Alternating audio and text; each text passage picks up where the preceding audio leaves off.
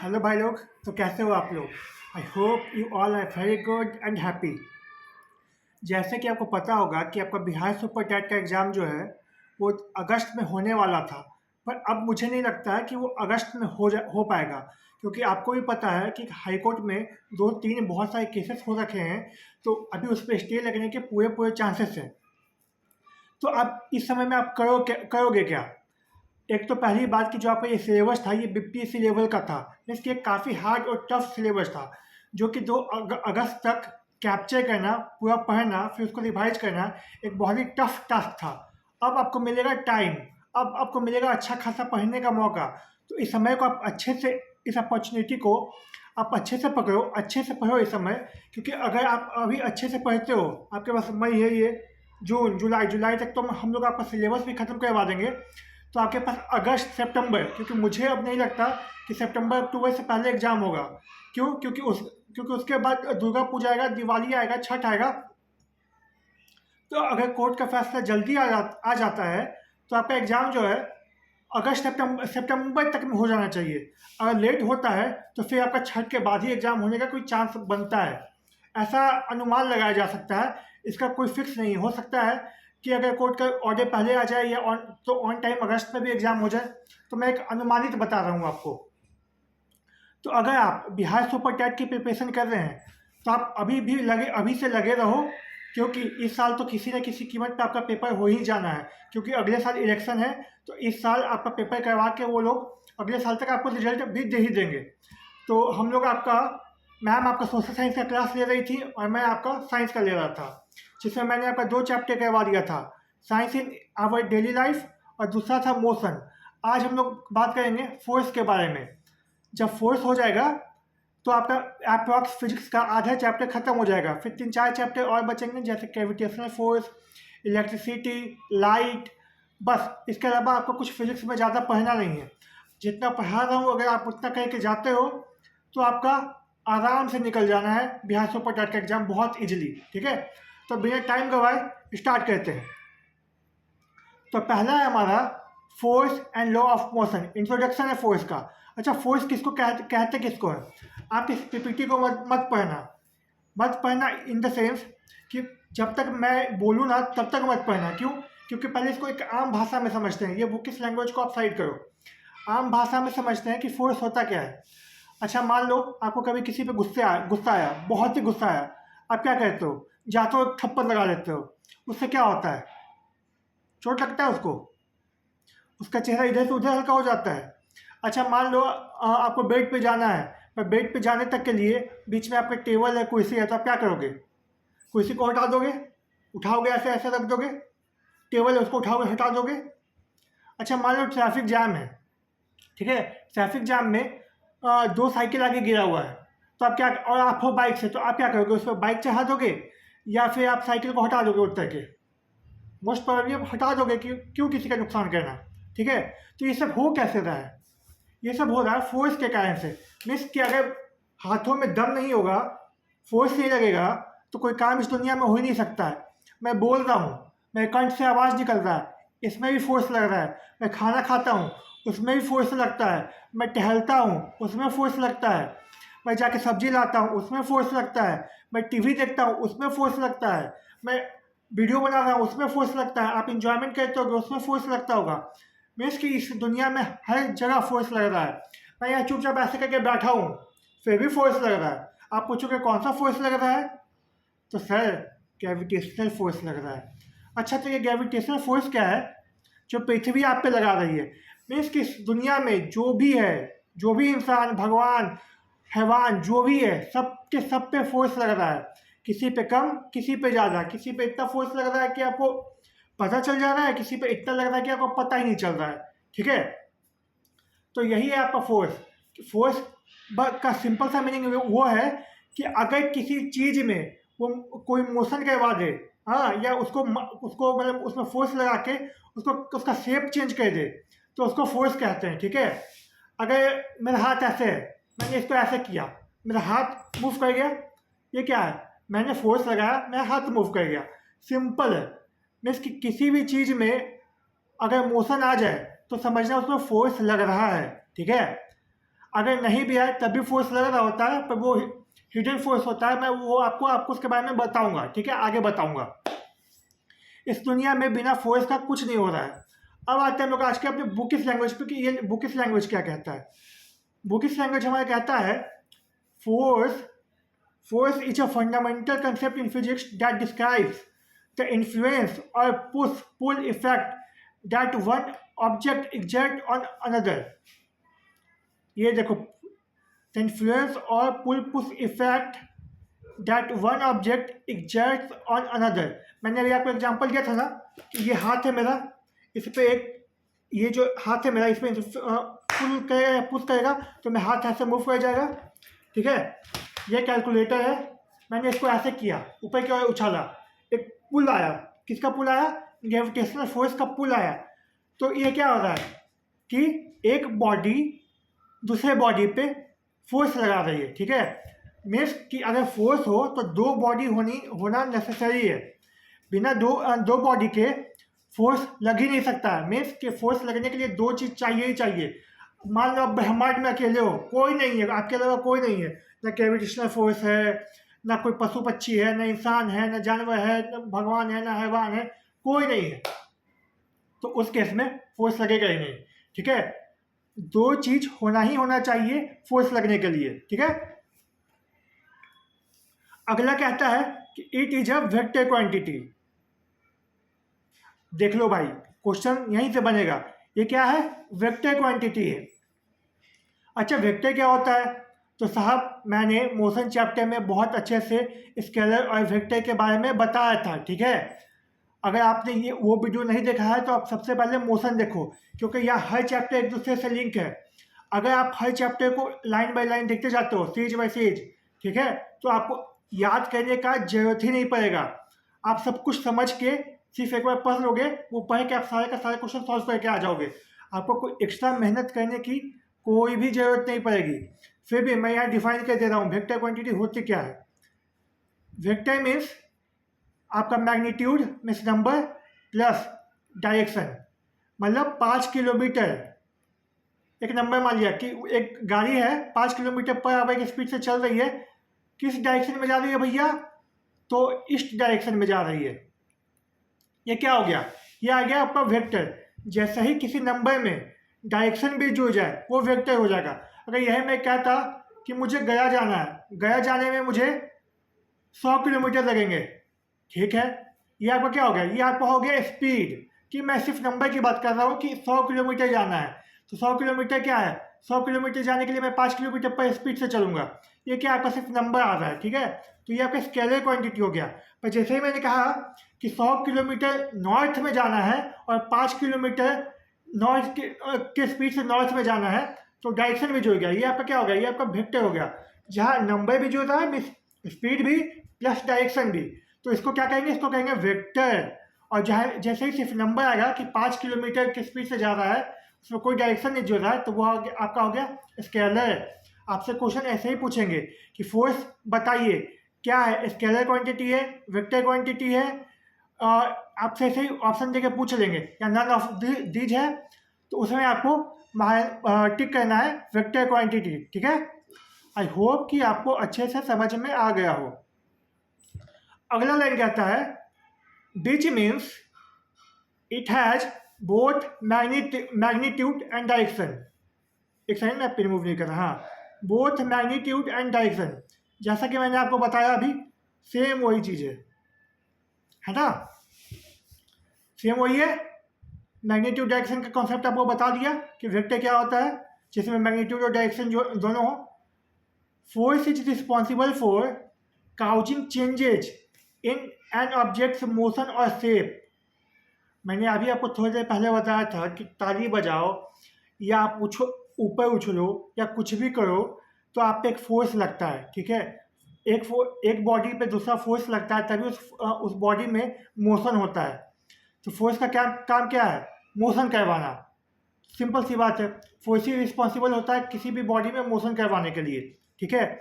आप यहाँ पे चुपचाप बैठे हो, ठीक है, आप टेबल पे अच्छा मैं टेबल पे बैठा हूँ, ठीक है, पर पृथ्वी तो मेरे ऊपर ग्रेविटेशनल फोर्स लगा रही है, फिर भी मैं टेबल पे बैठा हूँ। वाई? क्योंकि टेबल भी मुझ पे फोर्स लगा रही है, अपोजिट फोर्स, ठीक है, कि मैं यहीं पे टिका रहूं। ग्रेविटेशनल फोर्स मुझे नीचे खींच रही है और टेबल जो अपना फोर्स लगा रही है वो मुझे स्टेबल रखने के लिए लगा रही है। मीन्स दोनों मुझ पे अपना अपना फोर्स लगा रहे हैं, ठीक है। पर यही है कि ना, ये हमें ग्रेविटेशनल फोर्स का फोर्स दिख रहा है, ना टेबल का फोर्स दिख रहा है, पर लग दोनों तरफ से रहा है। अच्छा, अब आते हैं फोर्स कितने तरीके का होता है। तो फोर्स जो आपका होता है, फोर्स आपका दो दो तरीके का होता है। एक होता है बैलेंस्ड फोर्स, दूसरा होता है नॉन बैलेंस्ड फोर्स। आप ये देख रहोगे, अनबैलेंस्ड फोर्स भी कहते हैं इसको, balanced force and unbalanced force. वहाँ आपसे क्वेश्चन पूछा जा सकता है कि फोर्स कितने तरीके का है, इसमें से कौन कौन सा फोर्स का टाइप है, बैलेंस्ड है, अनबैलेंस्ड है, ग्रेविटेशनल है, अलग अलग तरीके का फोर्स का नाम दे देंगे और आपसे पूछ लेंगे, ठीक है। अगले स्लाइड पे आते हैं। अच्छा, यहाँ देखना फोर्स कितने तरीके का है। बैलेंस्ड नॉन बैलेंस्ड में भी बहुत तरीके के फोर्स होते हैं, उस इतना आपको पढ़ना नहीं है, पर ये सब आप देख लो, आठ तरीके का फोर्स। अगर आप ये 8 तरीके का फोर्स देख लेते हो ना, तो आपसे इसे ये पूछा जाएगा कि इसमें से बताओ कि कौन सा फोर्स है और कौन सा फोर्स नहीं है, ठीक है। तो वहाँ पे आप आराम से टिक कर दोगे कि ग्रेविटी को फोर्स कहते हैं, फ्रिक्शन को फोर्स कहते हैं, मैग्नेटिक फोर्स होता है। अच्छा, आप देखते हो चुंबक, चुंबक तो देखा होगा ना, चुंबक एक दूसरे को खींचता है, क्यों? क्योंकि उसमें मैग्नेटिक फोर्स होता है। अर्थ हमारा रिवॉल्व कर रहा है ना, पहले वो गोल शेप में था, राउंड, अब वो जियोइड शेप में हो गया। अब उसका मैग्नेटिक फोर्स जो है धीरे धीरे और बढ़ते जा रहा है। क्यों? मैग्नेटिक फोर्स बढ़ता है तो क्या होता है, पृथ्वी जो है ये बड़ी होते जाती है और मतलब और इनलार्ज हो रही है, एक्सपैंड हो रही है, ठीक है। हमारे पृथ्वी पे ही मैग्नेटिक फोर्स लग रहा है।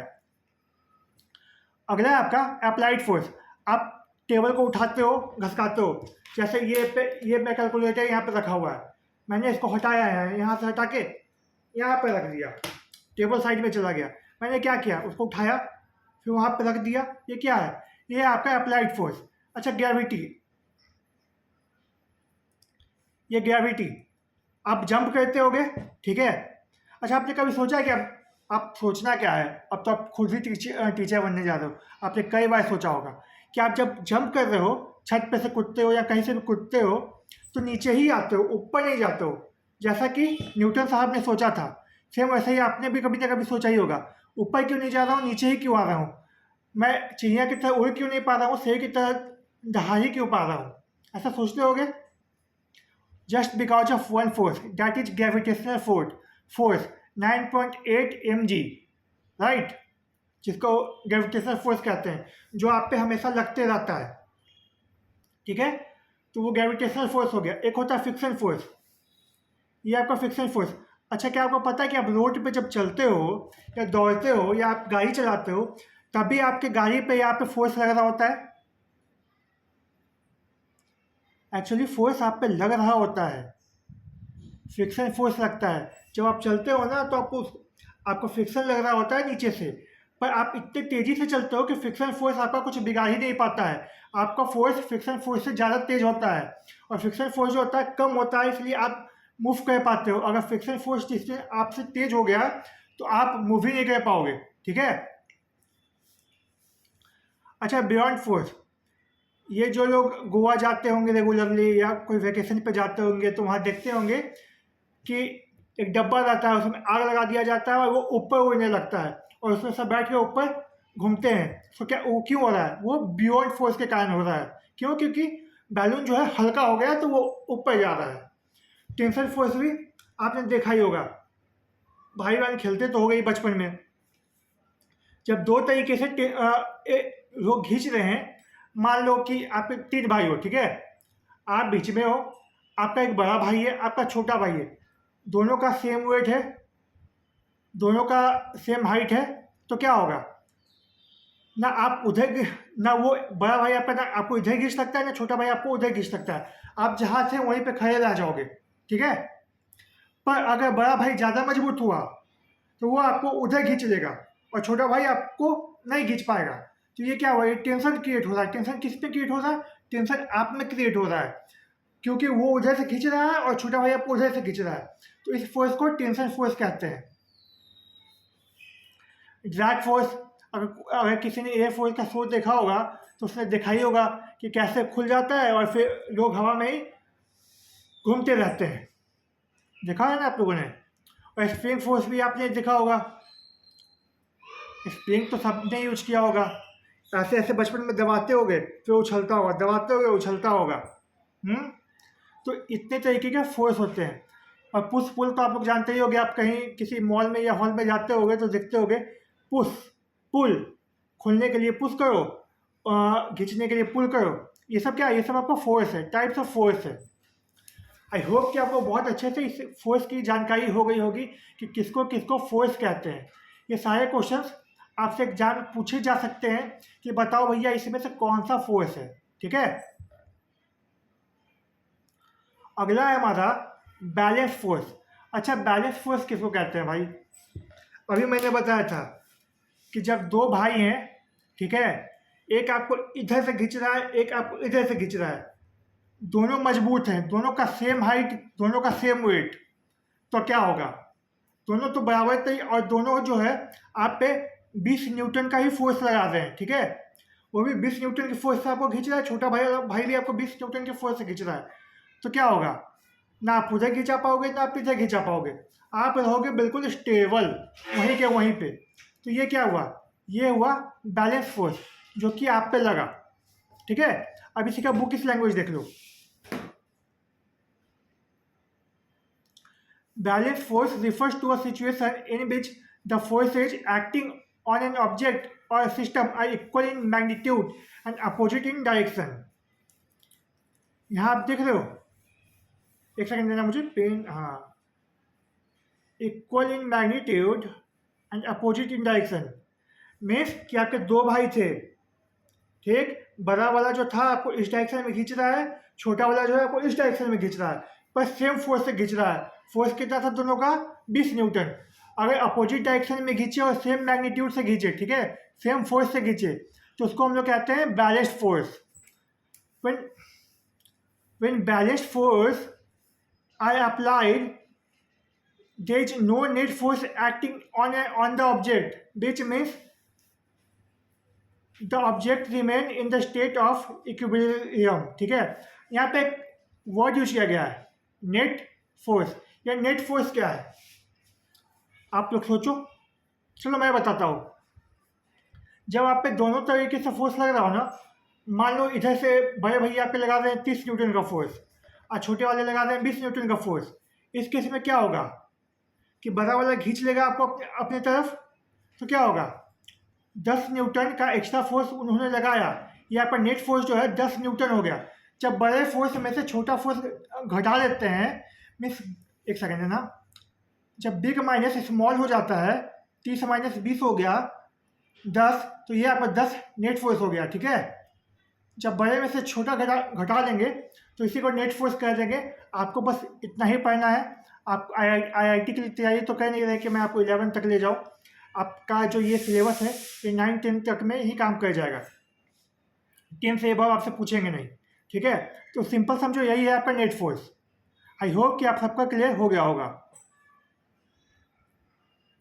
अगला है हमारा अनबैलेंस्ड फोर्स। अनबैलेंस्ड मैंने आपको बताया ही कि अगर बड़े भैया आपको 30 न्यूटन के फोर्स से खींच लेंगे उधर और छोटे वाले 20 ही लगा रहे हैं, इट मीन्स कि आपका नेट फोर्स क्या बचा? 10 न्यूटन। तो ये हो गया अनबैलेंस्ड फोर्स। अगर दोनों 20-20 का ही लगाते तो आप कहीं नहीं हिलते, ना इधर हिलते ना इधर हिलते, तो आपका बैलेंस हो गया। अगर क्योंकि बड़े भैया ज़्यादा जोर से लगा रहे हैं तो वहाँ 30 लगा रहे हैं तो वो अनबैलेंस हो गया, क्योंकि उधर ज़्यादा लग रहा है इधर कम लग रहा है, तो यही आपका अनबैलेंस्ड फोर्स हो गया। मीन्स कि यहाँ पे नेट फोर्स एक्ट करेगा। क्यों? क्योंकि मैंने आपको अभी बताया था कि 30 फोर्स से आपका क्या लग रहा है, बड़े भैया 20 फोर्स का, आपके छोटे भैया, तो आपका नेट फोर्स क्या हुआ? बड़े में से छोटे घटाए तो वह 10 न्यूटन। तो ये क्या कर रहा है नेट फोर्स? एक सेकंड, इसका क्या मतलब है कि आप पे नेट फोर्स एक्ट कर रहा है, ठीक है। और इस समय जो है ना मैग्नीट्यूड में इक्वल होगा और ना अपोजिट होगा डायरेक्शन में, ठीक है। हो सकता है एक ही डायरेक्शन में दोनों खींच रहे हो, समझ गए आप।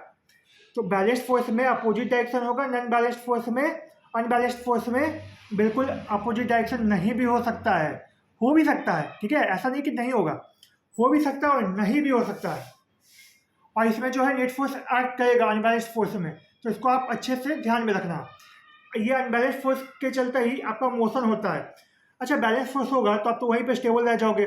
जब एक तरफ से ज़्यादा ताकत लगेगा एक तरफ से कब, तभी तो मोशन होगा, आप हिलोगे डुलोगे।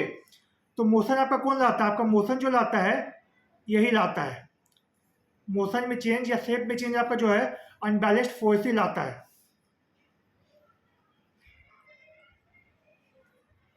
ठीक है।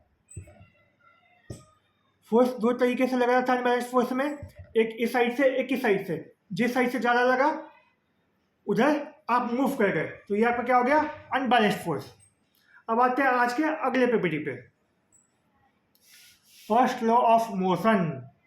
यहाँ से आपका न्यूटन साहब आ गए, यहाँ से आपका एप्पल गिरेगा आपके सर पे और आप समझ में आएगा। इसका डेफिनेशन आप अच्छे से याद रखना, क्योंकि आपसे डेफिनेशन पूछा जाएगा कि बताओ ये जो डेफिनेशन है ये कौन सा है, Newton first law, second law, third law, ठीक है। तो बुकिश लैंग्वेज से पहले आप मेरी बात समझो, फिर आप ये जो लैंग्वेज है वो मैं स्टेट करूँगा जो न्यूटन साहब ने लिखा था, साइंटिस्ट ने लिखा था। मान लीजिए ये मेरा जिसमें मैं लिख रहा हूँ ये यहाँ पे स्टेबल है, ठीक है। मैं इसको पे कोई मूवमेंट, मैं इस पर कुछ नहीं कर रहा हूँ, जो जहाँ है ये एकदम स्टेबल है। यहाँ पे मैंने इस पर हाथ लगाया, अब देखो ये मूव कर रहा होगा अपनी जगह से, कर रहा है ना? क्यों कर रहा है? क्योंकि मैं इस पर फोर्स लगा रहा हूँ, ठीक है, तभी मूव कर रहा है। अगर मैं इस पर फोर्स नहीं लगाऊँ तो क्या ये मूव करेगा? बिल्कुल नहीं करेगा, ये जहाँ है जैसे है वैसे ही रहेगा। पर क्योंकि मैं इसको मूव करवा रहा हूँ तो इस पर ये फोर्स लग रहा है। तो ये आपका क्या हो गया? यही आपका फर्स्ट लॉ ऑफ मोशन हो गया कि जब कोई बॉडी अगर रेस्ट में हो, अगर उस पर फोर्स लगाया जाए, फोर्स लगा के अगर उसमें मोशन लाया जाए तो उसको हम लोग फर्स्ट लॉ ऑफ मोशन कहते हैं, ठीक है। अब इसका बुकिश लैंग्वेज देख लो, क्योंकि आपसे बुकिश लैंग्वेज ही पूछा जाएगा। वन सेकेंड, हाँ, the first law of motion also known as the Newton's first law or the law of inertia। Inertia क्या होता है पहले आप ये समझ लो, तब आप फर्स्ट लॉ ऑफ मोशन अच्छे से समझोगे। इनर्शिया समझाता हूँ आपको। जैसे आप लोगों में से कई होंगे आपको लेट तक सोने का मन करता होगा, आप लोग लेट तक सोए रहते होगे, जब तक कि आपकी मम्मी आती नहीं हो, दो चमाट लगाती नहीं हो, आपके बॉडी में कोई मूवमेंट नहीं होता होगा, नहीं होता होगा ना? ये क्या है? ये इनर्शिया है कि जो बॉडी जिस पोजीशन में है वो उसी पोजीशन में रहना चाहती है, ठीक है। पर क्योंकि उस पर एक्सटर्नल फोर्स आके लगता है तो फिर वो मोशन में आती है। मान लो आप बैठे हुए हो, ठीक है, पंखा के नीचे, पापा ने आपको कहा है ए धान पिसवा के अभी तक नहीं लाया। अब आपके अंदर क्या हुआ? आपके अंदर एक फोर्स जनरेट होगा। कैसा फोर्स? डर का फोर्स, ठीक है। तो आप बोलोगे पापा जा रहा हूँ ना, लेके आता हूँ। फिर भी आप नहीं उठे। अगले बार वो आए, आपका कॉलर पकड़े, आप पे फिर कंपल शुरू हुआ, आपके बॉडी में वाइब्रेशन शुरू हुआ, आपको डर लगने लगा। क्या हुआ? फोर्स हो रहा, फोर्स का काम वहाँ पे होता है, ठीक है। उन्होंने आपको एक थप्पड़ लगाया, क्या लगाया? फोर्स लगाया। आप उठे क्योंकि आप रेस्ट में थे, रेस्ट का मोशन, रेस्ट में थे, आपको उठने का मन नहीं था। जब आपका फोर्स लगा तो आप डर के उठे और फिर धान पिसवाने गए। तो ये क्या हुआ? ये इनर्शिया हो गया। कोई बॉडी जो है वो अपने रेस्ट के पोजीशन में ही रहनी चाहती है, अंटिल मतलब जिस पोजीशन में वो है वो उसी पोजीशन में रहना चाहता है। अगर कोई बॉडी मोशन में है तो वो मोशन में ही रहना चाहेगा, वो रुकना नहीं चाहेगा। अगर कोई बॉडी रेस्ट में है तो रेस्ट में ही रहेगा, वो फिर मोशन नहीं करना चाहेगा। तो उस कंडीशन में क्या होगा? अगर बॉडी सिर्फ रेस्ट में है तो उसको मोशन में लाने के लिए फोर्स लगाना पड़ेगा। अगर कोई मोशन में है तो उसको फोर्स लगा के रोकना होगा। रोकने के लिए भी फोर्स लगता है। जैसे मान लो आपके ऊपर पंखा नाच रहा है, तो आप कभी देखते हो कि पंखा जब आपने बंद किया तो क्या होता है? तब भी वो 2-4 सेकंड के लिए चलता ही रहता है, चलता ही रहता है। क्यों? क्योंकि वो मोशन में था, वो इनर्शिया उसका मोशन था, ठीक है। तो उसको रुकने में भी टाइम लगेगा। आपने फोर्स लगा दिया, आपने बटन बंद कर दिया इलेक्ट्रिसिटी का, फिर भी क्योंकि वो मोशन में था तो रजिस्ट करेगा अपनी पोजीशन को कि मैं मोशन में ही अभी रहना चाहता हूँ, रहना चाहता हूँ, रहना चाहता हूँ, रहना चाहता हूँ, अनटिल कि उसको 0.01% भी इलेक्ट्रिसिटी नहीं मिल रहा है, तब तक वो मोशन में ही रहेगा। जब उसका इलेक्ट्रिसिटी बिल्कुल बंद हो जाएगा तब आप सोचेगा यार काफ़ी फोर्स लग गया, तब जाके वो रुकता है। सिंपल मीनिंग कि अगर कोई बॉडी मोशन में है तो वो मोशन में ही रहना चाहता है, उसको रोकने के लिए आपको फोर्स लगाना पड़ेगा, ठीक है। अगर कोई बॉडी रेस्ट में है तो वो रेस्ट में ही रहना चाहता है। मीन्स कि जो जिस हालात में है उस हालात में रहना चाहता है, उसी को इनर्शिया कहते हैं। अगर कोई मोशन में है तो मोशन में ही रहना चाहेगा, उसको इनर्शिया कहेंगे। अगर कोई रेस्ट में है तो रेस्ट में ही रहना चाहेगा, उसको इनर्शिया कहेंगे, ठीक है। तो यही डेफिनेशन कह रहा है, the first law of motion also known as Newton's first law और the law of inertia states. States मतलब ये सोचना, स्टेट मतलब होता है जो साइंटिस्ट ने डेफिनेशन दिया है, ना कि हम लोगों ने अपने मन से बनाया है या किसी बुक ने लिख दिया खुद के मन से, नहीं। स्टेट मीन्स उन्होंने कहा है ये बात, ठीक है। States that an object at rest will remain at rest. मैंने अभी आपको एग्जांपल दिया था ना कि अगर आप लेट तक सो रहे हो तो आप सोए रहना चाहते हो, मम्मी उठाती है 2-4 बार बोलती है तब भी नहीं उठते हो, आप उसी पोजीशन में रहना चाहते हो। वो क्या है? वो इनर्शिया है। जो ऑब्जेक्ट जिस पोजीशन में है उसी पोजीशन में रहना चाहता है। आगे पढ़ते हैं। And an object in motion will continue moving with constant velocity in a straight line. Means कि जो बॉडी जिस तरीके से मोशन कर रहा है वो उसी तरीके से मोशन करते रहना चाहिए। अगर कोई पंखा जो आपका ऐसे राउंड राउंड मूव कर रहा है तो वो ऐसे मूव करते रहेगा with a constant velocity until कि उस पर कोई फोर्स ना लग जाए। देखो आ गया, unless acted upon bye an external force. Means कि अगर कोई बॉडी रेस्ट में है तो वो रेस्ट में ही रहेगा अनटिल कि कोई उस पर एक्सटर्नल फोर्स ना लगे। अगर कोई बॉडी जो है आपका मोशन में है तो मोशन में ही रहेगा अनटिल कि उस पर कोई एक्सटर्नल फोर्स लगा के उसको रोका ना जाए, ठीक है। अब बहुत तेजी से दौड़ रहे हो, आपका इनर्शिया क्या है? आपका इनर्शिया ऑफ मोशन है, ठीक है। अब तेजी में आप दौड़ रहे हो, अब उसको रोकने के लिए मुझे क्या करना पड़ेगा? मुझे लगाना पड़ेगा फोर्स। मैं आपको ऐसे जाके रोकूंगा, रुक जाओ, तब आप जाके रुकोगे। यही आपका मोशन हो गया, ठीक है। यही आपका फर्स्ट लॉ ऑफ मोशन हो गया कि जो बॉडी जिस पोजीशन में है, अगर वो मोशन में है तो मोशन में ही रहेगा, अगर वो रेस्ट में है तो रेस्ट में ही रहेगा अनटिल कि अगर उसमें कोई एक्सटर्नल फोर्स ना लगाया जाए, ठीक है। तो ये आपका सिंपल लैंग्वेज में फर्स्ट लॉ ऑफ मोशन हो गया। अब इनर्शिया क्या भैया? मैंने आपको ऑलरेडी बताया, तो इसका आप डेफिनेशन देख लो। Inertia is a tendency of an object to resist changes in its motion. Means कि अगर आप सो रहे हो तो आप चाहते हो कि आप सो ही रहो जबकि ताकि आपकी माँ आपको उठाए नहीं, ठीक है। आप अपना पोजीशन चेंज नहीं करना चाहते हो। An object with more mass has greater inertia. अच्छा, इस लाइन को समझना अच्छे से। Making it more resistant to change in its state of motion। अब इसको आप कैसे समझोगे? मैं आपको इन्हें समझाता हूँ। मान लो एक साइकिल है, ठीक है, और एक आप हो। आप कहीं ऐसे, आप में मास ज़्यादा है, आपने साइकिल को ऐसे उठाया, उठा के साइड कर दिया। पर वहीं पे ट्रक हो तो क्या आप ट्रक को उठा के ढकेल सकते हो? उस पर धक्का लगा सकते हो? धक्का लगा के हटा सकते हो? नहीं ना। क्यों? क्योंकि ट्रक का मास ज़्यादा है, ठीक है, इसलिए आप उसको नहीं हटा सकते हो। तो वहीं आप बाईसाइकिल को हटा सकते हो। क्यों? क्योंकि उसका मास कम है। मीन्स कि जिस बॉडी में जितना मास रहेगा, जो जितना ताकतवर रहेगा, वो उतना ज़्यादा अपना ताकत लगाएगा अपने जो मोशन है, जो जिस पोजीशन में वो है, या तो वो मोशन में है तो मोशन में रहने के लिए, या तो वो रेस्ट में है तो रेस्ट में रहने के लिए, ठीक है। अगर कोई ट्रक है वो रुका हुआ है, ठीक है, उसका इनर्शिया जो है, इनर्शिया ऑफ रेस्ट में है वो, तो उस पर आप कितना भी धक्का लगा लो आप उसको नहीं ढकेल पाओगे। क्यों? क्योंकि उसका मास ज़्यादा है आपसे। तो वही साइकिल है, वो रेस्ट में है, तो आप उसको आराम से धक्का लगा दोगे। क्यों? क्योंकि वो उसका मास कम है आपसे। अच्छा, मान लो कोई ट्रक आ रहा है, ठीक है, और एक बाईसाइकिल आ रहा है, तो आप किसको रुकना पसंद करोगे सामने से? ट्रक को या बाईसाइकिल को? ऑब्वियस सी बात है बाईसाइकिल को, क्योंकि बाईसाइकिल को हो सकता है कि हम लोग रोक दें, उसका मास कम है, और हो सकता है उसका वेलोसिटी भी कम होगा। वेलोसिटी क्या होता है मैं आगे आपको बताऊंगा। मैंने मोशन में बताया था क्योंकि फोर्स का पूरा कॉन्सेप्ट जो है मास और वेलोसिटी पे घूमता है, वो मैं आपको आगे बताऊंगा। तो हो सकता है इसमें कि उसके आप बाईसाइकिल रोक दो, पर आप ट्रक रोक दो, ये पॉसिबल नहीं है। आपको धक्का लगेगा, एक्सीडेंट हो जाएगा और आपकी हालत बहुत ही खराब हो सकती है, इसलिए कोशिश भी मत कभी करना, ठीक है। तो ये आपका इनर्शिया था, ठीक है।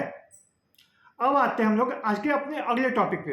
ये आपका एग्जांपल है, वही देख लो कि an object will at rest will remain at rest unless net force acts on it. मैं इसको हिंदी में बता रहा हूँ क्योंकि बहुत लोगों को हिंदी में समझ में अच्छे से आता होगा। देख लिया ये एग्जांपल, फुटबॉल है, फील्ड पे रखा हुआ है, ठीक है, वो रेस्ट में है, उस पर कुछ नहीं हो रहा है, पर जैसे क्यों, क्योंकि उस पर कोई फोर्स ही नहीं लग रहा है, ठीक है। यहाँ पे आपने किक मारा, बॉल मूव कर गया, क्या हुआ, फोर्स लगा। तो ये क्या होगा, आपको फर्स्ट लॉ ऑफ मोशन कि जो बॉडी जिस पोजीशन में है वो उसी पोजीशन में रहेगी अनटिल कि उस पर कोई एक्सटर्नल फोर्स ना लग जाए। जैसे ही किसी बॉडी पे एक्सटर्नल फोर्स लग गया तो समझ जाओ कि वो फर्स्ट लॉ ऑफ मोशन हो गया, ठीक है। जो बॉडी जिस पोजीशन में है वो उसी पोजीशन में रहेगी अनटिल कि उस पर कोई एक्सटर्नल फोर्स ना लग जाए। ये क्या है आपका, यही है आपका फर्स्ट लॉ ऑफ मोशन। ये आपका फर्स्ट लॉ ऑफ मोशन खत्म होता है, ठीक है।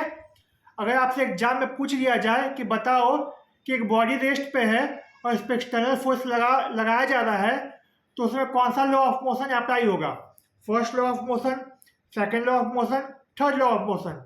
तो आप कहोगे sir first law of motion apply होगा और आप फर्स्ट लॉ ऑफ मोशन में टिक करोगे, टिक, और फिर आप अगले क्वेश्चन पे मूव करोगे, ठीक है। अब आते हैं इनर्शिया और मास में भैया। देखो अब मैं आपको समझाता हूँ, फोर्स का जो सारा गेम है ना, इसको पीपीटी को पढ़ना मत क्योंकि बहुत ज़्यादा बुक इस लैंग्वेज हो जाएगा। मैं आपको समझा रहा हूँ, एक सेकेंड में। हाँ, फोर्स का जो फॉर्मूला होता है ना, वो होता है मास इनटू एक्सीलरेशन, ठीक है, यानी ए में। ये होता है आपका फोर्स का फॉर्मूला। तो जब आपका फोर्स काम करता है ना, पूरी तरीके से मास और एक्सीलरेशन पे करता है। अच्छा, एक्सीलरेशन क्या होता है भैया, तो एक्सीलरेशन होता है आपका चेंज इन वेलोसिटी। अब पूछोगे कि सर ये चेंज इन वेलोसिटी क्या होता है, तो मैंने पिछला जो चैप्टर पढ़ा है मोशन, उसे बहुत अच्छे से बताया है। तो मैं आपसे हाथ जोड़ के निवेदन करूँगा कि अगर आपको ये चैप्टर समझना है तो आप पहले वाले चैप्टर्स जाके देखो, तभी आपको अच्छे से समझ में आएगा। यहाँ मैं आपको पूरी तरीके से फिर से नहीं बता सकता हूँ, मैं आपको हाँ समराइज करके बता सकता हूँ कि एक्सीलरेशन क्या होता है। जैसे आप बाइक चला रहे हो, ठीक है, आपने बाइक को आगे बढ़ाया, उसके स्पीड में चेंज हुआ, ये क्या हुआ, नंबर हुआ, पर आपने कहाँ एक्सीलरेट किया, आपने कहाँ स्पीड बढ़ाया, एक डायरेक्शन में बढ़ाया होगा, स्ट्रेट, ईस्ट में, नॉर्थ में, साउथ में, कहीं भी। तो क्या हुआ, उसका जो है स्पीड चेंज हुआ एक पार्टिकुलर डायरेक्शन में, ठीक है। तो ये क्या हो गया, ये हो गया आपका वेलोसिटी, ठीक है। तो यही कह रहा है चेंज इन वेलोसिटी को एक्सीलरेशन कहते हैं। चेंज इन वेलोसिटी को क्या कहते हैं, एक्सीलरेशन। तो फोर्स आपका क्या हो गया, मास इनटू एक्सीलरेशन, कि किसी बॉडी का मास और इस बॉडी में कौन सा चेंज इन वेलोसिटी हो रहा है, उसको हम लोग एक्सीलरेशन कहेंगे, ठीक है। अब इसका डेफिनेशन पढ़ लेते हैं। Inertia is defined as the property of an object that resists changes in its state of motion, जो कि मैंने अभी आपको पिछले स्लाइड में बताया था, ठीक है, उसमें कुछ है नहीं। और मास क्या होता है, मास वही, कैसे आपको समझाऊं, ये कॉपी है, ठीक है, इसके चारों तरफ ये इसका वॉल्यूम है, इसके इतना तरफ, ठीक है, इसमें कुछ पन्ने होंगे, तो ये इसका मास है, ये इसका मास है, इसके अंदर जितना भी चीज़ है ये उसका मास ऑक्यूपाई कर रहा है। जब इसका वजन नापेंगे तो वो वेट हो जाएगा, ठीक है। पर जितना जगह ऑक्यूपाई कर रहा है और इसमें जितना भी वेट हो रहा है ये आपका मास है। इसमें जितना भी मैटर प्रेजेंट है, ठीक है, इसमें इतने सारे पन्ने हैं, देख लो आप कितने सारे पन्ने हैं, है ना। तो क्या हो रहा है, इसमें बहुत सारा मैटर प्रेजेंट है। तो ये मैटर क्या है, किसी भी ऑब्जेक्ट में जितना मैटर प्रेजेंट होता है उसी को हम लोग मास कहते हैं। हमारा बॉडी है, हमारे बॉडी में स्किन होगा, हेयर होगा, हाथ होगा, पैर होगा, सब कुछ है, ये सब क्या है, ये सब मास है हमारा। हमारे बॉडी में एक अमाउंट ऑफ मैटर प्रेजेंट है, ठीक है, वो मैटर क्या है, उसी मैटर को हम लोग मास कहते हैं। अच्छा, ये क्या होगा, स्केलर क्वांटिटी होगा, वेक्टर क्वांटिटी होगा। चाहे मैं स्केलर बोलूँ, वेक्टर बोलूँ, आप अच्छे से उसको देख लेना। क्यों? क्योंकि क्वेश्चन आपसे बनेगा कि बताओ मास स्केलर है या वेक्टर है। तो मास जो है आपका, मास आपका स्केलर क्वांटिटी है। क्यों? क्योंकि इसमें आप नंबर यूज कर सकते हो कि इसके बॉडी में 5 किलो मास है, इस कॉपी का मास 250 ग्राम है, कुछ ऐसा, ठीक है। पर आप इसमें डायरेक्शन नहीं यूज कर सकते हो कि इसके बॉडी में 25 किलो मास नॉर्थ डायरेक्शन में, नहीं, ऐसा नहीं कहते हो ना। तो इसी को मास कहते हैं। और ये मेनली जो है आपका केजी में नापा जाता है, किलोग्राम में, कि कितने किलो का मास है। आपका भी कुछ मास होगा, हाँ, मेरा भी कुछ मास है। तो mass is a different from weight. ये रहा बात, ये आपसे पूछा जाएगा। मास जो है आपसे वेट से, आप जब चाहते हो वेट मशीन पे, ठीक है, तो वो वेट जो बताता है वो मास से बिल्कुल ही अलग होता है। आई होप कि आपको समझ में आ रहा होगा। Which is the force exerted on an object due to gravity. अच्छा, पता है, फोर्स जो होता है वेट पे लगता है, पर मास पे कोई ज़्यादा इफेक्ट नहीं करता है, ठीक है। The mass of an object determines it's inertia. Inertia मैंने अभी आपको बताया था ना, कि जो मास है ऑब्जेक्ट का, यही नहीं इनर्शिया को रुकता है जिस पोजीशन में उसमें रहने के लिए। मैंने अभी आपको क्या बताया था कि अगर ट्रक जो है उतना भारी है, उसका मास बहुत ज़्यादा है, तो आप उसको चाह के भी नहीं हिला सकते हो। क्यों? क्योंकि उसका मास बहुत ज़्यादा है, उसमें मैटर बहुत ज़्यादा प्रेजेंट है। अगर वही साइकिल है, आप उसको हिला सकते हो क्योंकि उसका मास कम है, आपका मास उससे ज़्यादा है, ठीक है। तो उसका आप उसको हिला सकते हो। क्या कोई चींटी आपकी साइकिल को हिला सकती है क्या? नहीं हिला सकती है। क्यों? क्योंकि उसका मास जो है चींटी का कम है। आई होप कि आपको समझ में आ रहा हो।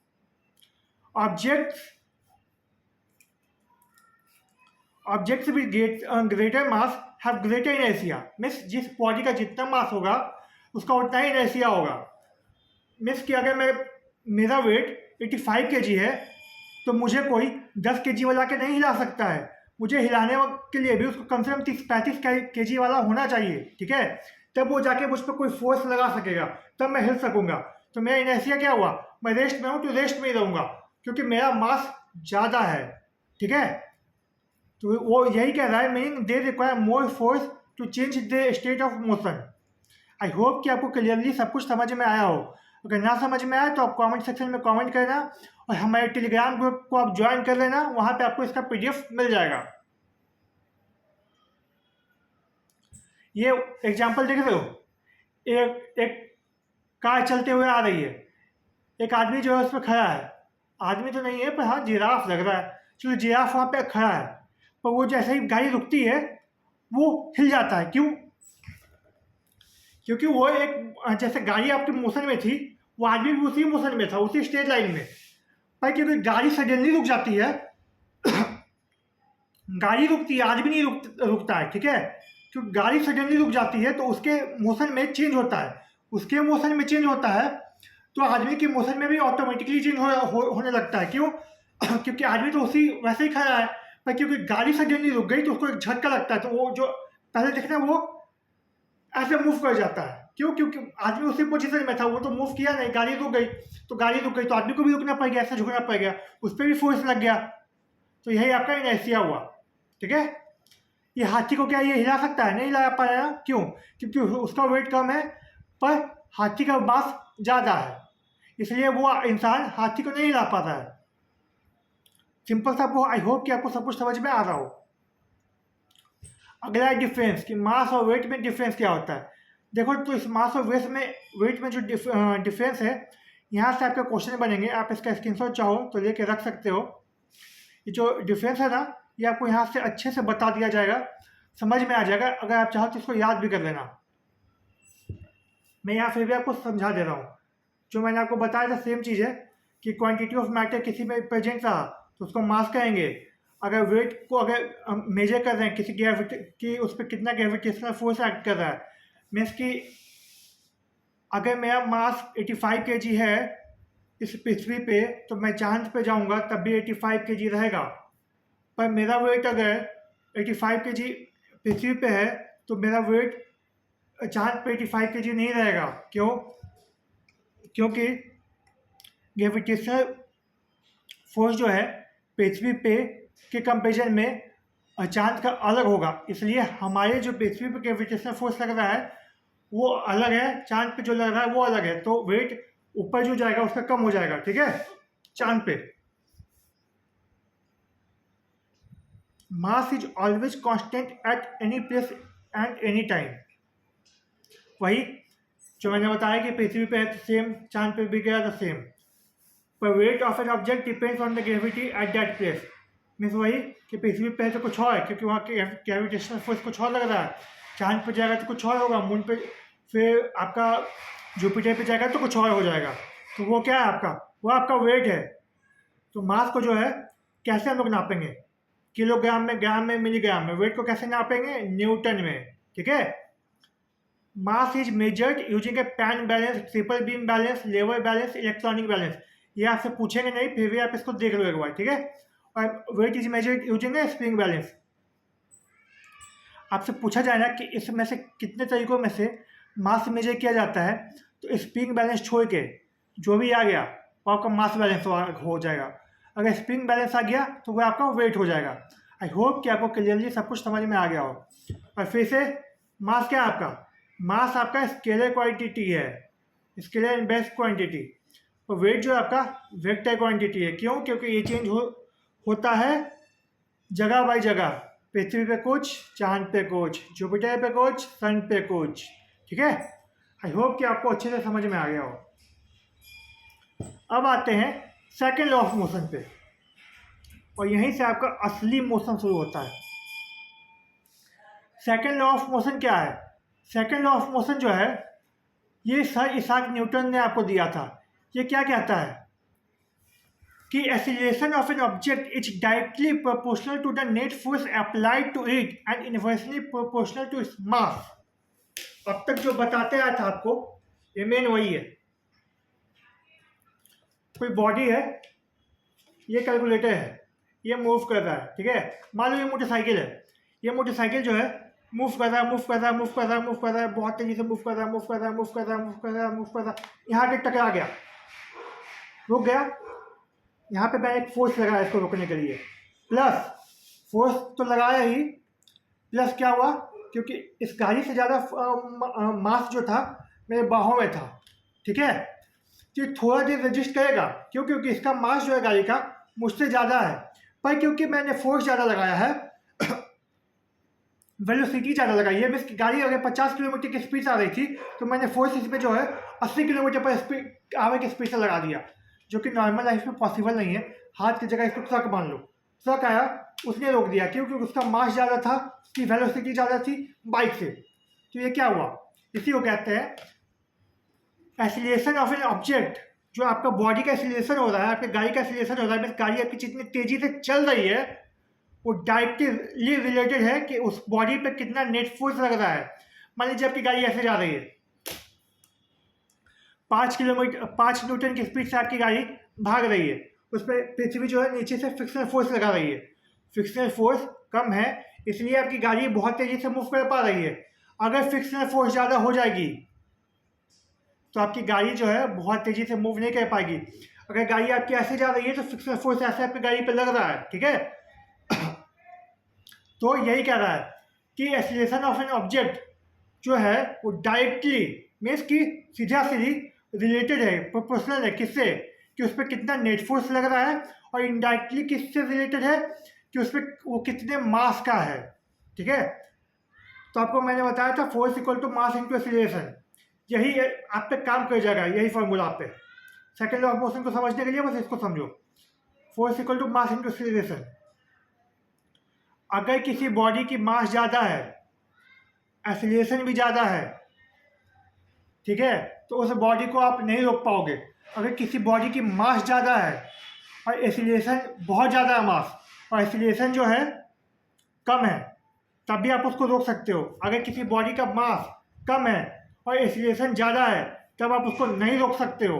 ठीक है, तो सारा गेम यही है। समझ में आ गया होगा आई होप। एफ का यहाँ क्या मतलब है? एफ का मतलब है फोर्स। कितना नेट फोर्स एक्ट कर रहा है। नेट फोर्स क्या होता है, मैंने अभी आपको थोड़ी देर पहले बताया था। नेट फोर्स आपका होता है कि कोई अगर 30 न्यूटन के फोर्स से इधर खींच रहा है, 20 न्यूटन के फोर्स से इधर खींच रहा है, तो 30 में से 20, तो वो उसका नेट फोर्स कितना हुआ, 10। जब दो फोर्स दिया रहे, ठीक है, और बड़े में से छोटे घटक को हम लोग घटा देंगे, 30 माइनस 20, तो बचा आपका 10। जो बड़े में से छोटे घटाने के बाद जो फोर्स आएगा वही आपका नेट फोर्स कहलाएगा। ठीक है। और एम जो आपका किसको डिनोट कर रहा है, एम जो आपको डिनोट कर रहा है ये मास को डिनोट कर रहा है, यहाँ आप देख लो। और ए क्या रिप्रेजेंट कर रहा है, एक्सीलरेशन। और जिसको एक्सीलरेशन नहीं समझ में आ रहा हो, मैं फिर से कहूँगा आप जाओ मोशन चैप्टर अच्छे से देखो, तो आपको समझ में आएगा कि चेंज इन वेलोसिटी को एक्सीलरेशन कहते हैं। अगर आपको फिर भी ना समझ में आए तो एक मैं छोटा सा वीडियो बना के आपको दे दूँगा, उससे आपका डाउट क्लियर हो जाएगा। अब आते हैं अपने नेक्स्ट स्लाइड में। ये फिर वही है, सिंपल टर्म में क्या है, the second law of motion states that the force acting on an object determines how much it accelerates. बहुत ही साधारण शब्दों में ये कह रहा है कि भैया एक बॉडी कितना मूव करेगी ये डिपेंड करता है उस पर कितना फोर्स लग रहा है। ठीक है, अगर फोर्स ज़्यादा लग रहा है तो ज़्यादा एक्सीलरेशन होगा। अगर मास ज़्यादा है किसी बॉडी का, देखो आप यहाँ देखो, the second law of motion states that the force acting on an object determines how much it accelerates। Means कि अगर किसी बॉडी पर फोर्स ज़्यादा लग रहा है तो ये डिटरमाइन करेगा कि आपका बॉडी जो है कितने तेज़ी से मूव कर रहा है। अगर किसी बॉडी पे फोर्स ज़्यादा लग रहा है तो एक्सीलरेट वो ज़्यादा होगा। If a greater force is applied on an object it will experience a larger acceleration. ठीक है, वहीं उल्टा देखो इसका, conversely if the mass of the object is larger, ठीक है, अगर किसी बॉडी का मास ज़्यादा है, जिसके अगर मुझे ट्रक हिलाना है तो उसको ट्रक हिलाने के लिए मुझे ज़्यादा फोर्स लगाना पड़ेगा। It will require greater force to produce the same acceleration. अगर ज़्यादा फोर्स लगाएंगे तब तो हम ट्रक को हिला पाएंगे। क्या ट्रक को एक आदमी आप जाके ऐसे ढकेल के हिला सकते हो क्या? नहीं हिला सकते हो। हाथी चाहे तो हो सकता है कि 2 सेकंड के लिए उसको इधर उधर हिला दे, क्योंकि उसके पास मास ज़्यादा है। 5 हाथी मिल जाएंगे, हिला सकते हैं आप, 5 आदमी मिला के भी नहीं हिला सकते हो। क्यों? क्योंकि हाथी का मास बहुत ज़्यादा है। तो यही आपका सिंपल टर्म में था सेकंड लॉ ऑफ मोशन, जो दिया था सर इसाक न्यूटन ने, कि अगर आपको किसी बॉडी को मूव करना है तो उसको उस पर उतना ही फोर्स लगाना पड़ेगा। अगर किसी बॉडी का मास ज़्यादा है तो उसके मास के अकॉर्डिंग ही उस बॉडी पे आपको फोर्स लगाना पड़ेगा। ठीक है, यही आपका सेकंड लॉ ऑफ मोशन है। ये देखो भैया, 1000 किलो का गाड़ी है, ये साहब फोर्स लगा रहे हैं और ये 0.5 मीटर सेकंड से खींच रहा है। ये आपका सेकंड लॉ ऑफ मोशन है कि जितने भी ताकत से वो फोर्स लगाएंगे उतना ही ताकत से वो मूव करेगा। ठीक है, अगला देखते हैं। अगला कॉन्सेप्ट है मोमेंटम का। मोमेंटम अच्छे से समझना। The concept of momentum is closely related to second law of motion. ठीक है, momentum is the measure of the motion of an object and its defined as the product of its mass and velocity. अब momentum क्या है? अभी मैंने आपको एक formula दिखाया था, force equal to mass into acceleration. तो मोमेंटम जो है ना, चेंज इन वेलोसिटी को ही, या quantity of change in velocity को ही मोमेंटम कहते हैं। एक सेकेंड देना। हाँ, momentum is the measure of motion of an object and is defined as the product of its mass and velocity. कोई बॉडी मूव कर रहा है, ठीक है, बहुत तेजी से मूव कर रहा है, आप बॉल थ्रो कर रहे हो, वो मोशन में है ना।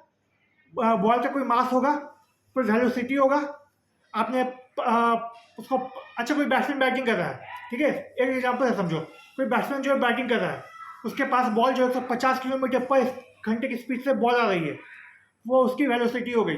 बॉल का एक मास होगा 250 ग्राम, 1 kg, कुछ भी उसका मास होगा, ठीक है। तो उस बॉल का एक मास है और एक वेलोसिटी है।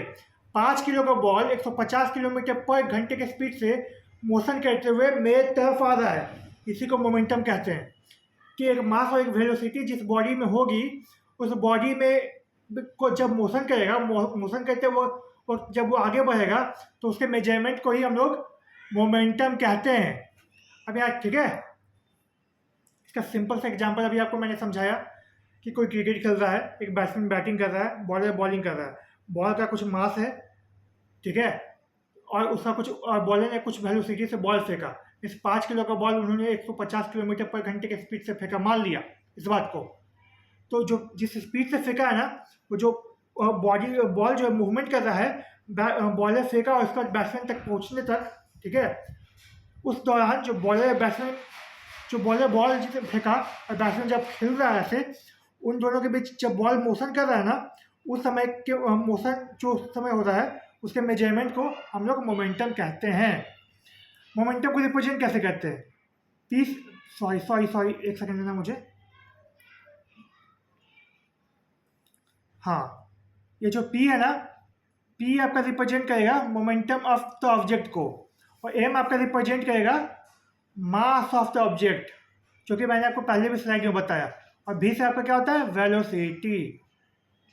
इतना वेलोसिटी आ रहा था कि मुझे लग रहा है कि आपको समझ में आ रहा होगा नहीं, क्योंकि वेलोसिटी जो है, अगर किसी ने पहले से नहीं देख रखा है, अगर किसी को पहले से वेलोसिटी नहीं पता है तो उसको बहुत दिक्कत हो जाएगा। अब आते हैं, अच्छा, इसका मोमेंटम का सबसे अच्छा एग्जांपल, ठीक है, एक फील्डर जो है, मैंने आपको बैट्समैन बॉलर का दे दिया, अब फील्डर पे आते हैं। वो कैच करते वो हाथ पीछे क्यों खींचता है? क्योंकि बॉल जो होता है मोशन में आ रहा होता है, ठीक है, उसका मोशन जो होता है, उसका वेलोसिटी जो होता है, यानी उसका स्पीड जो होता है एक डायरेक्शन में आने का, वो बहुत तेज होता है, ठीक है। स्पीड और वेलोसिटी एक ही है, पर वेलोसिटी में सिर्फ इतना हो जाता है कि स्पीड में जो सिर्फ नंबर होता है, और नंबर के साथ अगर डायरेक्शन भी जुड़ जाए उसको वेलोसिटी कहते हैं। बॉल जो है उसका कोई मास होगा और एक वेलोसिटी के साथ वो फील्डर की तरफ आ रहा है, तो फील्डर हाथ पीछे खींचता है कैच करने को। क्यों? क्योंकि वो चाहता है कि उसका जो वेलोसिटी है वो कम हो जाए, यानी उसका मोमेंटम कम हो जाए। मोमेंटम कम होगा तो क्या होगा? आपको आसानी से आप कैच कर सकते हो, आपके हाथों में चोट नहीं लगेगी। अगर बॉल का मोमेंटम बहुत ज़्यादा है, उसका मास ऑलरेडी 5 kg, मैंने आपको एग्जाम्पल बता दिया, वैसे होगा नहीं, तो मैंने आपको बता दिया कि 5 kg का वो बॉल है, और आपके साथ बहुत तेज़ी से वेलोसिटी में आए, और आप हाथ ऐसे जाके लगा दो, आपका ये हाथ ना टूट के लटक जाएगा, ठीक है। तो वही आप हाथ पीछे खींचोगे तो उसमें उसका वेलोसिटी कुछ कम होगा। वेलोसिटी कम होगा तो क्या होगा? मोमेंटम कम होगा। मोमेंटम कम होगा तो क्या होगा? बॉल का एक्सीलरेशन कम होगा। बॉल का एक्सीलरेशन कम होगा तो क्या होगा? आपको चोट कम लगेगी और आप कैच कर लोगे। तो यही तो है पूरा खेल मोमेंटम का। Momentum means mass into velocity. अगर कोई बॉडी मोशन कर रहा है जिसमें मास भी हो और वेलोसिटी भी हो, कोई भी बॉडी अगर मूव कर रहा है तो उसमें मास तो होगा ही। अगर अंटिल के फ्लावर भी मूव कर रहा है, ठीक है, तो पत्ता आपने उड़ाया, उसका कुछ खास मास तो है नहीं, कुछ खास वेलोसिटी तो उससे उड़ेगा नहीं, तो उसमें कुछ खास मोमेंटम होगा नहीं, तो वह मोमेंटम नेग्लिजिबल हो जाएगा। पर जब 5 किलो का बॉल आप फेंकोगे 150 किलोमीटर के पर स्पीड से, तो उसमें मोमेंटम आएगा। तो जो मोशन होगा बॉल को फेंकने में, उसके मेजरमेंट को हम लोग क्या कहेंगे? मोमेंटम। आई होप कि आपको क्लियर हो गया होगा मोमेंटम। इसका जो फार्मूला है मैंने यहाँ लिख दिया, फोर्स का फार्मूला क्या होगा, आप इसका स्क्रीनशॉट लेके रख लो, मैं साइड हो जाता हूँ। फोर्स का मास इंटू एक्सीलरेशन, फोर्स का क्या है? Rate of change in momentum, final position minus initial momentum by time, final momentum minus initial momentum by time. Momentum equal to mass into velocity. Momentum को P से denote करते हैं, याद रखना है, क्योंकि इसका ऐसा यूनिट हमेशा हर एग्जाम में पूछा जाता है, यहाँ भी पूछ लिया जाएगा, तो ऐसा यूनिट आप अच्छे से याद रखिएगा, ठीक है। Conservation of momentum, conservation of momentum खैर आप CBSE ने इसको NCERT से हटा दिया है, तो आपका जो सिलेबस बनेगा वो आपका बनेगा NCERT से ही, ठीक है, क्योंकि 9-10 में भी बिहार बोर्ड में भी NCERT पढ़ाया जाता है। तो कंजर्वेशन ऑफ मोमेंटम मेरे ख्याल से नहीं पढ़ना चाहिए। अगर आप कहोगे कि हाँ फिर भी मुझे पढ़ना है, तो मैं पढ़ा दूंगा, क्योंकि कंजर्वेशन ऑफ मोमेंटम जो है 2 मिनट का टॉपिक है, और मैं तुरंत आपको ख़त्म कर दूंगा, ठीक है। तो आप इसका स्क्रीनशॉट लेके रख लो, ताकि आपका ये फार्मूला जो है, आपको ये फार्मूला देखने में ईजी हो, जब आप क्वेश्चन सॉल्व करो तो आप इजीली कर पाओ। अब आते हैं आज के न्यूमेरिकल पे, क्योंकि आपसे एक दो न्यूमेरिकल पूछे ही जाएंगे, वो या तो मोशन पे होगा या फोर्स पे होगा या इलेक्ट्रिसिटी या लाइट, यही 4 चैप्टर पे होगा आपका। तो मैंने मोशन पे भी आपका करवाया था, इस पे भी करवा रहा हूँ। A constant force acts on an object of mass 5 kg of for duration of 2 second. अच्छा, मास दिया भैया ने 5 kg, मास 5 है, टाइम क्या दिया है, टाइम भी दिया भैया ने 2 सेकेंड, ठीक है। It increases the object velocity from 3 metre per second to 7 metre per second. ओहो, तो इसका इनिशियल एक्सीलरेशन क्या है? ओह, इसका इनिशियल एक्सीलरेशन जिसको यू से डिनोट करते हैं 3 मीटर है, ठीक है। मतलब इसने स्टार्टिंग 3 से किया था और फाइनल एक्सीलरेशन इसका क्या है, v7। मीन्स इसका फाइनल एक्सीलरेशन क्या होगा, final acceleration minus initial acceleration, means 7 - 3 = 4। 4 आपका एक्सीलरेशन आ गया। चलिए समझ गए। अब पूछ रहा है find the magnitude of the applied force. अच्छा, तो इसका मैग्नीट्यूड क्या हो जाएगा, आप बताओ? मास इनटू वेलोसिटी, ठीक है। क्या होगा, यहाँ फोर्स निकालने कह रहा है, तो फोर्स कैसे निकलेगा, फोर्स होगा मास इनटू एक्सीलरेशन, यही होगा ना। तो एक्सीलरेशन क्या होता है, v - u/t, ऐसा ही कुछ होता है, ऐसा ही कुछ नहीं, ऐसा ही होता है। मैं रफ कर लेता हूँ, रफ करके आपको बताता हूँ। तो यहाँ पे आपका था 7 - 3, टाइम क्या था 2, ठीक है। ये आपका फाइनल हो गया, फाइनल वेलोसिटी v7, और c आपका जो हो गया इनिशियल वेलोसिटी हो गया।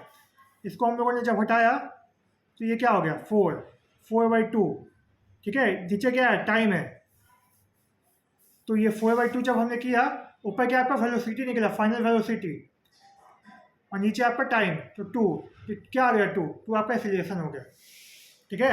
और मास यहाँ कितना दे रखा है, तो 5।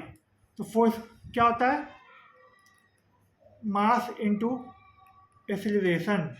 तो ये आपका हो गया 5 × 2 10 न्यूटन पर सेकेंड। आई होप कि आपको अच्छे से समझ में आ गया हो, ठीक है। आगे कहता है now if the force was applied for a duration of 5 second, ठीक है। अगर 5 सेकेंड के लिए अप्लाई किया जाएगा, what will be the final velocity of the object. ओहो, तो यहाँ क्या करोगे, यहाँ कुछ नहीं, यहाँ पे फॉर्मूला है, फॉर्मूला से आप देख लो, मैंने यहाँ फॉर्मूला आपके लिए लिख रखा था, यहाँ देखो। तो now the force is applied for 5 second, the velocity after 5 second will be. तो यहाँ एक फॉर्मूला था, एक second, v = u + at। v क्या था आपका, फाइनल वेलोसिटी, u क्या आपका इनिशियल वेलोसिटी। यहाँ पूछ रहा 5 सेकेंड के बाद क्या होगा, यानी हमें v पता ही नहीं है, पर u पता है हमें। u क्या था हमारा, 3 मीटर पर सेकेंड। यहाँ अपने क्वेश्चन में देखो, क्वेश्चन में है यहाँ पे 3, ये आपका इनिशियल वेलोसिटी है और ये आपका फाइनल वेलोसिटी है। यहाँ पे पूछ रहा है 5 सेकेंड के बाद, एक सेकेंड, तो यहाँ पे आपका v हो गया, c आपका इनिशियल हो गया, प्लस a क्या है, a आपका एक्सीलरेशन है। एक्सीलरेशन क्या है, 2 मीटर पर सेकेंड, मैंने अभी आपको निकाल के दिखाया था, ये देखो 2 निकाल के दिखाया था ना। 7 - 3 final velocity minus initial velocity by time, तो 4 आया था, 4/2 2a, तो एक्सीलरेशन क्या हो गया था पर 2, और टाइम यहाँ कितना दे रखा है, तो 5। तो क्या हो गया आपका 5 × 2 क्या हुआ, 10 हुआ, प्लस 3 आपका क्या था, इनिशियल था, तो क्या हो गया 13 मीटर पर सेकेंड। 5 सेकेंड के बाद वो 13 मीटर पर सेकेंड के उसका फाइनल वेलोसिटी हो जाएगा। तो इस फार्मूलों को आप ऐसे ही याद रखना, क्वेश्चन सेम टू सेम आपका ऐसे ही बनेगा, सिर्फ नंबर चेंज हो जाएगा, ठीक है। इस फार्मूले को भी ऐसे ही याद रखना, v = u + at। ये क्वेश्चन आप खुद से करोगे, ठीक है, क्योंकि इसमें कुछ टफ है नहीं। Which would require greater force, accelerating at 2 kg mass at 5 metre per second, या 4 केजी मास है 2 मीटर पर सेकंड। सिंपल सा ये आपका न्यूटन सेकंड लॉ है, ठीक है। उसमें क्वेश्चन इन लोगों ने पूछा, ऐसा ही क्वेश्चन आपसे पूछा जाएगा। मैं आपको हिंट कर देता हूँ, चलो भैया फोर्स क्या होता है? अरे यार आओ, फोर्स क्या होता है? Mass into acceleration, M A. हाँ, यहाँ मास कितना दिया है पहले में? 2 किलो। एक्सीलरेशन कितना दे रहा है? 5। कितना हो गया? 10 न्यूटन। अच्छा, इस न्यूटन को याद रखना। फोर्स को किससे डिनोट करते हैं? न्यूटन। न्यूटन क्या है आपका? एसआई यूनिट है। मैं लिख दे रहा हूँ न्यूटन, न्यूटन, ठीक है। तो पहले का हो गया 10 न्यूटन।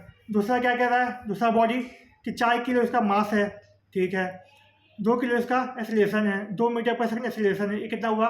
तो 8 न्यूटन। तो ऑब्वियस सी बात है कि आपका कौन सा बॉडी ज़्यादा फोर्स रिक्वायर करेगा? किसको हिलाने के लिए ज़्यादा हमको लगेगा? हमें लगेगा ज़्यादा फोर्स। ऑब्वियस ये बात है भाई 10 न्यूटन वाले को, क्योंकि इसका ज़्यादा, इसमें ज़्यादा हमें फोर्स लग रहा है ना 10 न्यूटन में। 8 न्यूटन वाले में 8 ही न्यूटन लग रहा है, जिसमें 4 केजी मास है और उसका 2 मीटर पर सेकंड की स्पीड से जो भाग रहा है, ठीक है। सिंपल आपका ऐसे ये हो जाएगा। आप ऐसे निकालोगे, मल्टीप्लाई करोगे, मल्टीप्लाई करने के बाद जो सबसे ज़्यादा आएगा वो आपका, उसमें ज़्यादा फोर्स रिक्वायर होगा। सिंपल से आप ऐसे ही निकालोगे, ठीक है। ये क्वेश्चन मैं आपके लिए छोड़ता हूँ। ये क्वेश्चन का आंसर निकाल के आप मुझे कमेंट सेक्शन में बताओगे, नहीं तो फिर इसका सॉल्यूशन जो है मैं आपको अगले क्लास में करवा दूंगा, ठीक है। यहाँ पे ये आपका पार्ट 1 है। मैं आप इसका पार्ट 2 भी लाऊंगा। जिनको भी इसका पीडीएफ चाहिए, टेलीग्राम ग्रुप को ज्वाइन कर लें, वहाँ इसका पीडीएफ आपको फ्री ऑफ कॉस्ट मिल जाएगा। आई होप कि आपको अच्छे से समझ में आया हो। अगर कोई चीज़ आपको समझ में ना आया हो तो आप कमेंट कर देना, मैं उसको और अच्छे से डिटेल में समझाने की कोशिश करूँगा। इसका आंसर आप लोग नहीं देखना, ठीक है। पॉज करके मैंने वहाँ पे आंसर लिख रखा था, बना रखा था आंसर, पर आप नहीं देखना। अगर आपको वीडियो पसंद आया हो तो वीडियो को लाइक करें, शेयर करें और सब्सक्राइब करना तो बिल्कुल ना भूलें, क्योंकि आपका एक सब्सक्रिप्शन हमें काफ़ी मोटिवेशन देता है नेक्स्ट वीडियो लाने के लिए। जब आप हमें पसंद करते हो तो हमें लगता है कि अरे मुझे किसे पढ़ाना है, मेरे पास एक गोल होता है, एक ऑब्जेक्टिव होता है कि मुझे इन लोगों के लिए मेहनत करनी है, मुझे आप लोगों के लिए मेहनत करनी है, ठीक है। तो आई होप, और ये पूरा का पूरा जो कोर्स है ना आपका फ्री ऑफ कॉस्ट है, तो आप आराम से हमारे चैनल को सब्सक्राइब कर सकते हो। अब मिलते हैं हम लोग अपने नेक्स्ट वीडियो में। तब तक के लिए जय हिंद, वंदे मातरम, and have a very happy future.